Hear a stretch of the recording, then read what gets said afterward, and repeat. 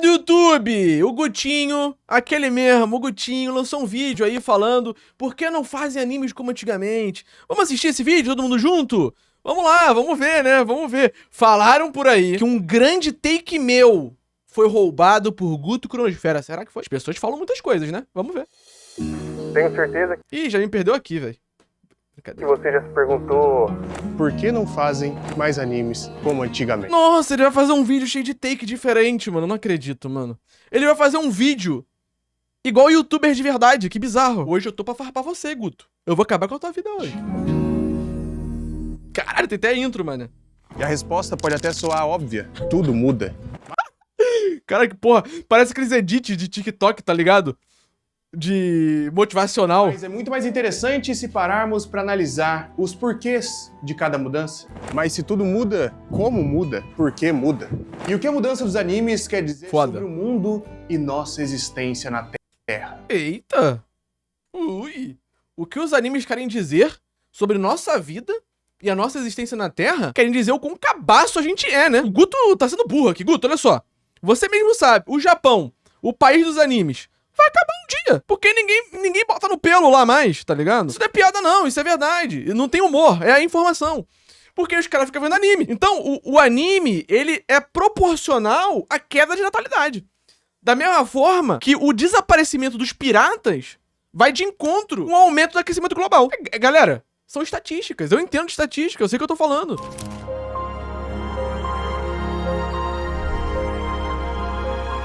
O bichinho fez 2 intros pro vídeo, mano. Vai gostar de fazer intro assim na puta que pariu também. 2 intros pro vídeo, galera. Não é só zoação, tá? Nesse vídeo eu vou trazer bons takes. Não fique irritado, não. Conforme o tempo foi passando, muitas das pessoas que me acompanhavam aqui também mudaram, cresceram, amadureceram, novos desafios vieram pela vida, além das próprias vivências que alteraram. Isso é verdade. Sobre todo o restante, sobre as Isso é coisas verdade. que consumiam, as coisas que gostavam, mas agora novos desafios chegaram na vida. Cara, e é até doido como o Guto, ele realmente preparou aqui uma grande produção pra esse vídeo, que tem um drone filmando ele, né? Não, Mitch, tem uma pessoa filmando ele.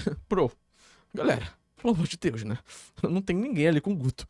Né? O Guto vai ter um amigo pra filmar ele? Pelo amor de Deus, é um drone. Os animes modernos surgiram na década de 60, com Shin Takarajima, obra de Osamu Tezuka, e a partir daí... Pô, mas aí é foda, né? Os animes modernos surgiram na década de 60.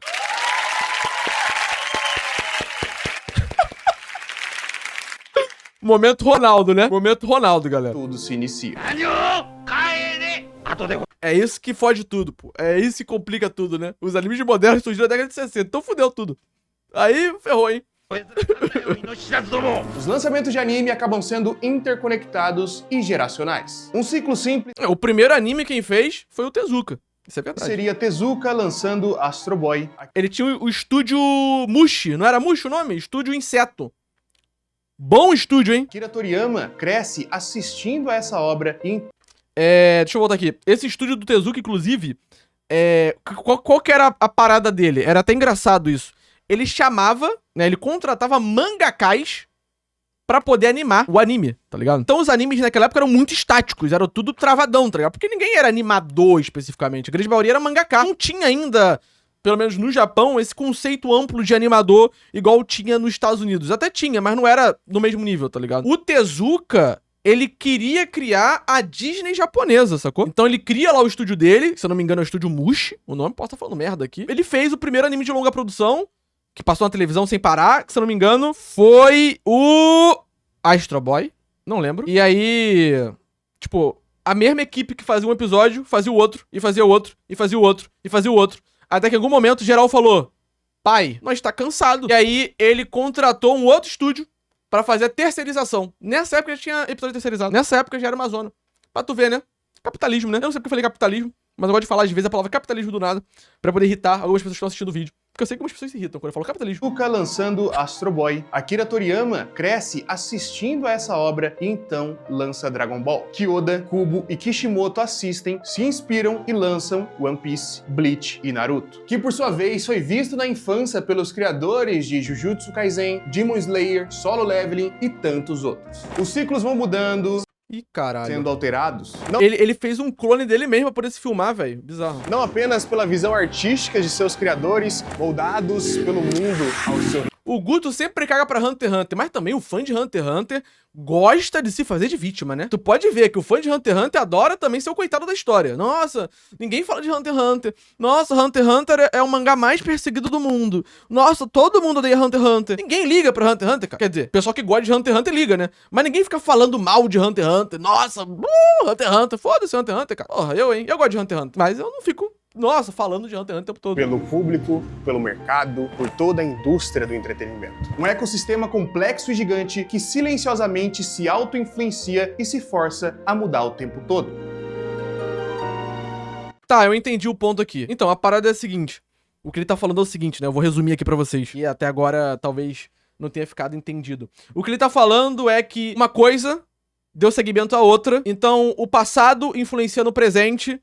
E por aí vai. A grande verdade é que os animes, os mangás, eles entram completamente dentro da lógica japonesa de arte, né? Porque a arte japonesa, ela basicamente ela é composta pela ideia de levar pra frente o que foi feito antes. Os autores, eles fazem citações uns aos outros, não com a ideia de tipo, eu tô aqui pra fazer melhor que você, ou a minha visão é melhor que a sua. Igual a gente vê muito na Europa. Na Europa tinha muito essas brigas artísticas, e é por isso que tem várias escolas artísticas diferentes, porque eles caíram na porrada. No Japão, não é exatamente assim a forma como eles cultuam a arte, e quando eu digo arte no geral, tá? Pintura, escrita e por aí vai. Algumas coisas acabam se tornando resumos metafóricos de outras, tá ligado? Então você citar, por exemplo, um cervo numa obra literária ou num quadro, você tá citando, na verdade, um poema antigo sobre um cervo que era sobre solidão. Então, quando você vê um quadro japonês que tem um cervo, o que ele tá querendo dizer ali é uma obra sobre solidão, especificamente, por causa do cervo. Entendeu mais ou menos o que eu tô falando? Então, é por isso também, inclusive, quando a gente tá lendo mangá, a gente vê muitas coisas que, às vezes, né, a gente fala, nossa, isso aqui é plágio, tá plagiando tal mangá, tá copiando tal mangá. Não exatamente, não é uma cópia.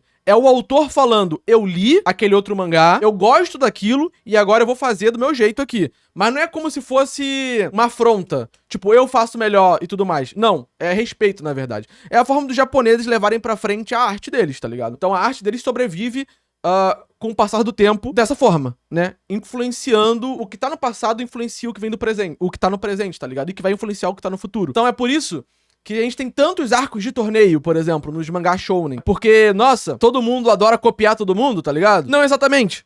É mais uma forma de dizer, nossa, eu li aquele mangá e tinha um arco de torneio e eu quero fazer o meu arco de torneio também. Pra mostrar que eu li, que eu entendi e que eu gostei e por aí vai, tá ligado? É por isso que é muito superficial você falar, por exemplo, que um autor tá plagiando o outro. Tá ligado?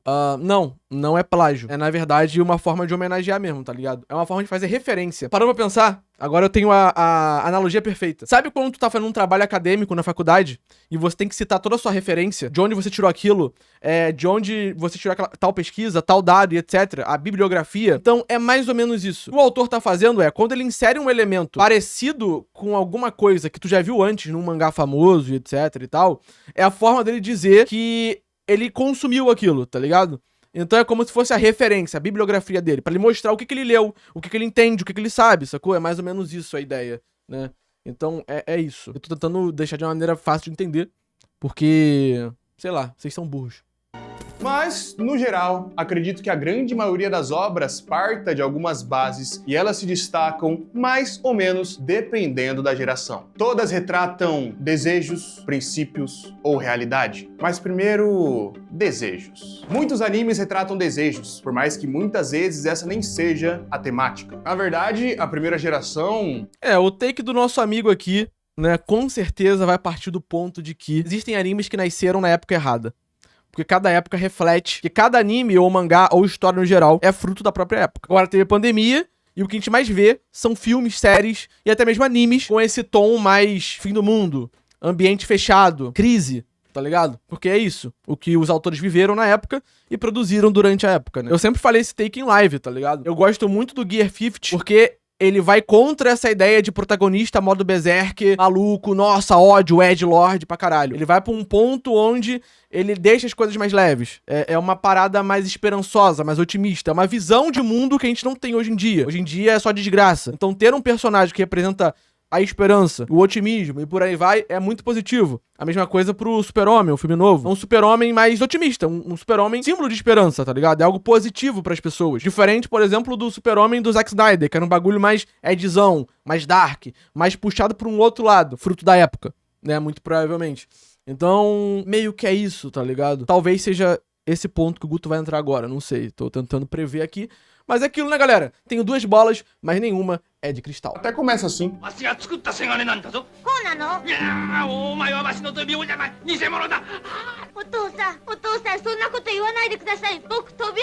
Carregados pelo contexto devastador do pós-Segunda Guerra, os animes traziam o sentimento de se reerguer, intencionalmente ou não, reforçavam o aspecto da identidade nacional e unificavam a população.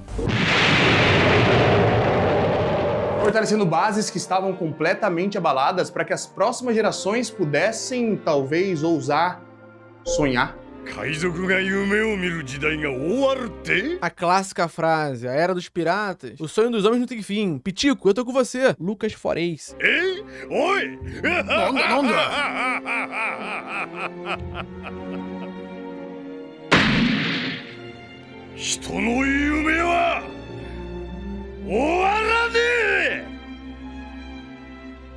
E as coisas foram evoluindo, até mesmo Aquele enlouqueceu. dentro da surtou. própria história. O Japão começava a melhorar economicamente, então a vida real parecia se encaixar exatamente com o que os animes contavam. E A grande verdade é que o crescimento dos animes e dos mangás no Japão, claramente, que nem ele citou, tá interligado ao fato da guerra mundial ter rolado. O país estava devastado, entretenimento era muito necessário, principalmente naquela época, o que acabou ajudando muito a popularidade dessas paradas, tá ligado? E, obviamente, com o boom japonês, né, o milagre econômico japonês, depois da injeção monetária dos Estados Unidos no Japão, aí teve a época de ouro, né, da cultura pop japonesa. E a gente vai pra filmes, mangás, animes, jogos e por aí vai, tá ligado? Então, tá interligado, tudo tá muito interligado, né? Da mesma forma que o aumento das coxas das personagens femininas em animes também tá interligado à recessão econômica japonesa. várias obras assim foram criadas, estabelecendo princípios sociais.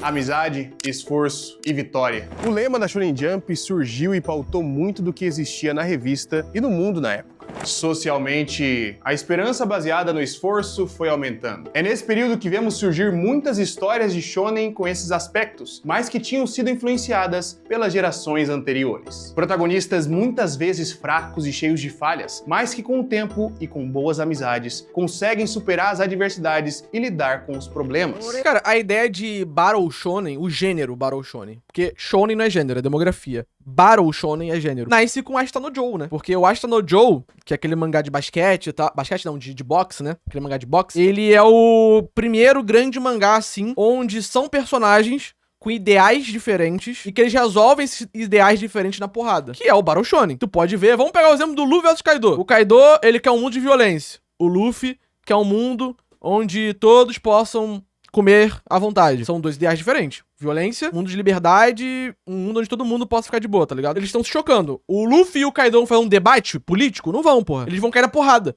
Então fica subentendido que quem ganha na porrada, ganha no discurso. Tá entendendo? Esse é o ponto.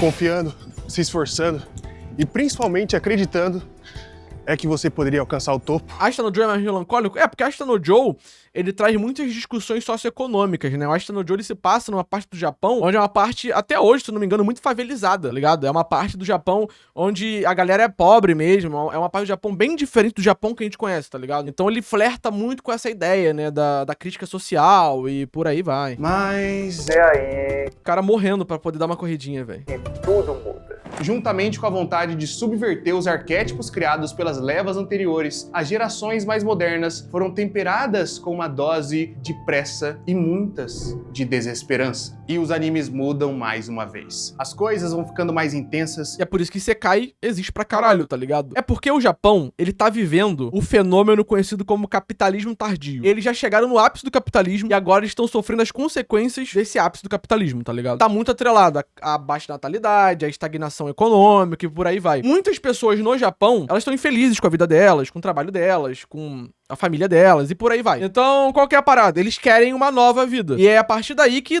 tem esse boom de Isekai. Eles querem viver uma nova vida, um novo mundo, num novo lugar. tá ligado? Então, realmente, é um monte de gente que tá reclusa em casa, um monte de gente que não tem qualquer tato social, que gostaria de ter uma nova oportunidade. Então é por isso que todo Isekai quase é um cara que tá insatisfeito com alguma coisa e ele vai pra um outro mundo onde ele é foda, onde ele tem a mulher mais gostosa, ele tem o poder mais legal, ele tem os amigos mais incríveis, porque é isso, é o que ele quer, é o retrato do que ele quer, tá ligado? É o sonho dele ter aquilo, que ele não pode ter em vida, porque ele é um japonês médio que foi largado pela mulher e o emprego dele é uma merda. Então a solução tá em outro mundo, sacou? E é por isso que teve esse fenômeno aí do Isekai, tá ligado? Da mesma forma, 10 anos antes dos grandes Isekais, teve o fenômeno das tramas sobrenaturais suburbanas, tá ligado? Urbanas no geral, urbanas. Tramas sobrenaturais urbanas, que é aquelas light novels e mangás, onde coisas sobrenaturais acontecem na cidade. Tem várias light novels que brincam com essa parada, flertam. Durarara é um exemplo de anime que flerta com essa ideia. Então, Bleach, se tu parar pra pensar, né? Tem ali uma cidade, tem todo um conceito,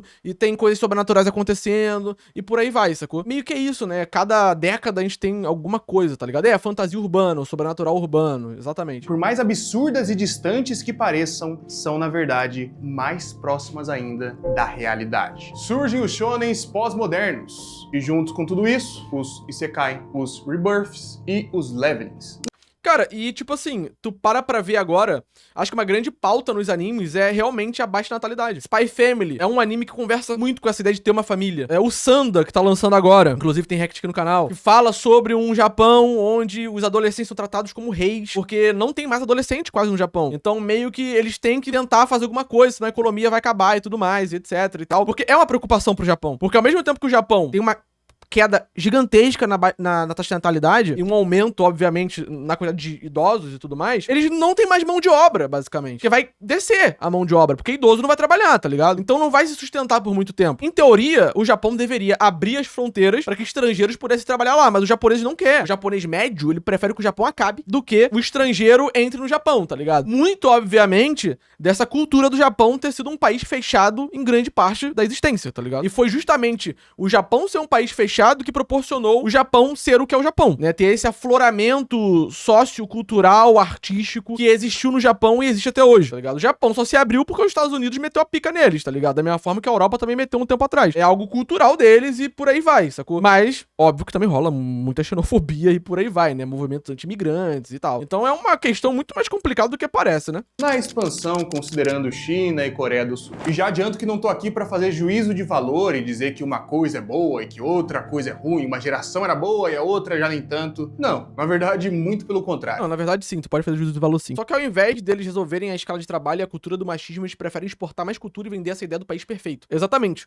No entanto, a cultura de trabalho japonesa tem sido modificada nos últimos anos. Eu vi um vídeo sobre isso, um vídeo gringo, inclusive, falando como os japoneses basicamente estão obrigando as pessoas a tirarem férias, a curtir o feriado, a não trabalhar além do que pode, porque com os japoneses mais tempo em casa, tem mais chance maior dos caras namorarem, meterem no pelo e terem bebês, terem crianças, tá ligado? Porque muito do que implica nisso do japonês não ter bebê é porque o japonês tá focado em trabalhar, tá ligado? Então ele não tem esse tempo, sacou? Então meio que é assim, né? Porém, qual que é a parada nisso tudo? Ao mesmo tempo que as empresas, algumas, incentivam isso, os japoneses não querem fazer isso. Porque a cultura de honra do Japão, na sociedade japonesa, é muito grande. Porque inventaram o tal de Bushido, né? É uma grande invenção pra poder fortalecer a cultura japonesa, os samurais, etc. E é aquele código de honra samurai que não existiu exatamente da forma como é vendido que existiu. E querendo ou não, esse tal de Bushido entranhou muito na sociedade japonesa do último século e por aí vai. Então, essa questão de honra pros caras é muito realmente importante, sacou? Então, um japonês, ele não quer tirar férias porque ele sabe que alguém vai trabalhar mais que ele. Ele não quer atrapalhar, ele não quer ser o peso morto, tá ligado? Isso rola muito, a gente vê isso em anime pra caralho, né? Anime escolar, que o cara tá na escola, ele não quer ser um peso morto pros amigos de escola. Às vezes o cara, ele prefere ir sozinho, aquele anime shonenzinho de porrada, às vezes o cara prefere ir sozinho, cair na porrada com os manos, se fuder pra não envolver os amigos, porque ele não quer ser um peso morto, tá ligado? É tipo isso, tá ligado? O governo japonês, o Japão no geral, vendeu essa ideia do Bushido, o código samurai de honra, que não é do jeito que falam. Tem gente que diz que nem existiu essa porra, só pra poder vender a imagem de um Japão pros japoneses e manipular eles socialmente pra que eles pudessem virar engrenagens que o pessoal queria que virassem, tá ligado? Então é basicamente isso. Agora eles estão colhendo o fruto disso, né? Eles estão colhendo as consequências dessa porra, sacou? Todas são frutos de suas realidades contextuais, dialogam conosco de alguma maneira, às vezes bem mais do que a gente queria. E eu tenho certeza que boa parte dos autores dessa geração não fizeram essas escolhas propositalmente, não queriam chocar com esse estilo. Às vezes o Gutinho gosta de se fazer de pão pra levar linguiça. Mesmo não devem acreditar que estão passando mensagem alguma com sua obra, só queriam colocar no papel a história que parecia legal. E eu acho que é isso que torna esse papo ainda mais interessante. Cara, é muito brutal você ver este cara falar isso, sendo que há 3 anos atrás ele tava sendo cancelado porque ele fez um vídeo sobre o Herói do Escudo descendo o pau. Guto, você é um canalha, pô. Bizarro. Brutal, Guto mentiradas, né? As histórias passaram a abandonar completamente o lema dos shonen. A amizade? Muitos desses personagens não têm. Estão tão focados na sua própria vivência. Mas não tem sentido também, né, pô? Essas histórias, tipo... Ele botou Tensura, Solo Leveling, carregar o lema do Shounen, sendo que esse lema é da Shounen Jump. É dos mangás que saem na Shounen Jump. Não de manhua coreano. Não de uma light novel. Com todo respeito, Gutinho. É que o Piscine ficava triste, né, quando eu falava esse tipo de coisa. Então tem que pedir desculpa agora. O esforço para conseguir a vitória foi cada vez mais reduzido e muitas vezes extinguido. Antes, os treinamentos intermináveis e cansativos pareciam pelo menos divertidos e compensadores. Agora já nem tanto. E a Coreia do Sul, que foi inteligente, pensou, não precisamos mudar nossa mente conservadora, vamos exportar a ideia de relacionamentos perfeitos, doramas, pra atrair mulheres estrangeiras e levantar a taxa de natalidade. Então a Coreia do Sul, ela fez o que o Japão deveria ter feito. Que é ter vendido a própria cultura ao redor do mundo. O Japão, ele se fecha. E a cultura pop japonesa, que deveria ter dominado o planeta Terra, eles meio que, tipo assim, nos últimos 10 anos, talvez...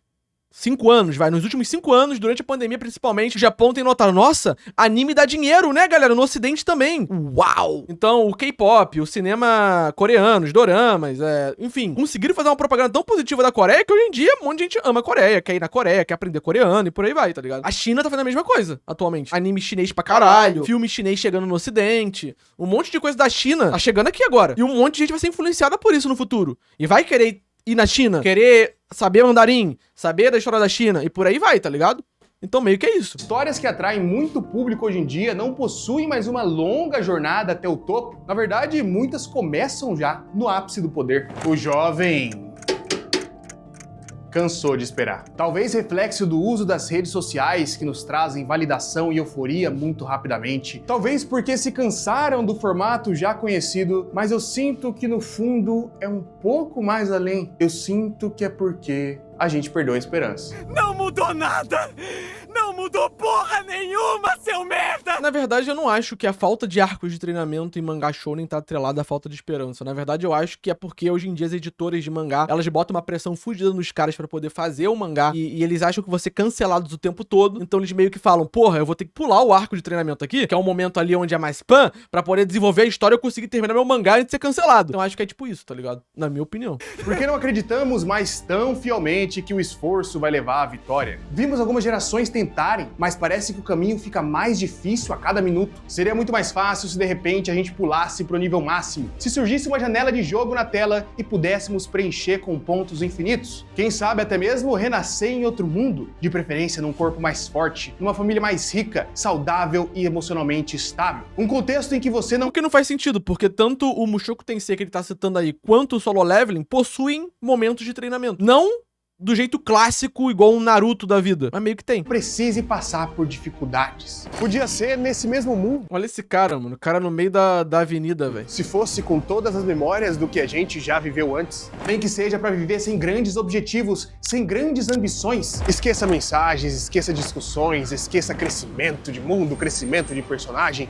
Por um instante, por apenas 20 minutinhos da semana, as pessoas querem deixar de lado os grandes sonhos, as grandes ambições, os grandes objetivos, porque no fundo talvez elas saibam que nunca vão alcançar. Dê nome aos bois, Guto. O capitalismo, Guto, é um sistema que fode todos nós. As pessoas, elas estão acordando pra trabalhar e estão dormindo pra trabalhar. As pessoas, elas gastam o tempo todo da semana delas pra poder trabalhar, pra poder sobreviver e talvez continuar trabalhando pra poder continuar sobrevivendo num ciclo sem fim, Guto. Não é porque as pessoas também, elas estão, nossa, eu não tenho mais esperança. É porque o mundo é uma merda, Guto. É pandemia, é emprego abusivo, é presidente maluco, é tudo maluco, é guerra, tá entendendo? Então, é preciso também ser dito isso aqui, né? O sistema que a gente vive, os acontecimentos que nos rodeiam, a porra toda. O mundo tá acabando. É por isso que tá todo mundo desesperançoso, todo mundo tá maluco da cabeça, tá ligado? É preciso dar nome aos bois também. Lacrei. Lacrei. Você assiste desse Isekai, desse Rebirth, desse anime completamente vazio.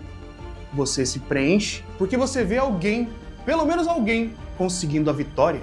E eu acho que essa é a profundidade do rato. O problema não é exatamente o capitalismo, o problema passa pelo capitalismo. O capitalismo é o problema, tudo que vem depois é o sintoma. Porque é o sistema que vive. Se a gente vivesse no sistema comunista, teriam também problemas. Qualquer sistema vai ter problema. E é importante a gente citar os problemas, né, destacar esses problemas, porque assim a gente talvez consiga resolver alguns desses problemas. Porque não existe sistema perfeito também.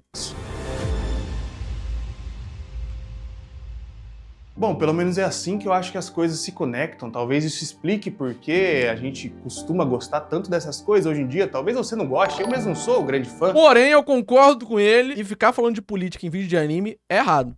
Eu me arrependi agora, inclusive. É muito errado, porque isso afasta as pessoas hoje em dia. Explica por que as pessoas conseguem se conectar com algo que pra quem não gosta parece tão supérfluo, tão qualquer coisa. Mas deixa aí nos comentários o que você acha. Você conseguiu se identificar com alguma coisa disso aqui? Talvez não, mas talvez esse seja o ponto interessante. É isso, né? Cada um fala meia dúzia de merda que quer. Eu falei as minhas aqui, ele falou as dele. Então todo mundo falou merda, né? É isso, né? Vídeo do Guto aí, take dele sobre a situação do mundo. Comente sua opinião.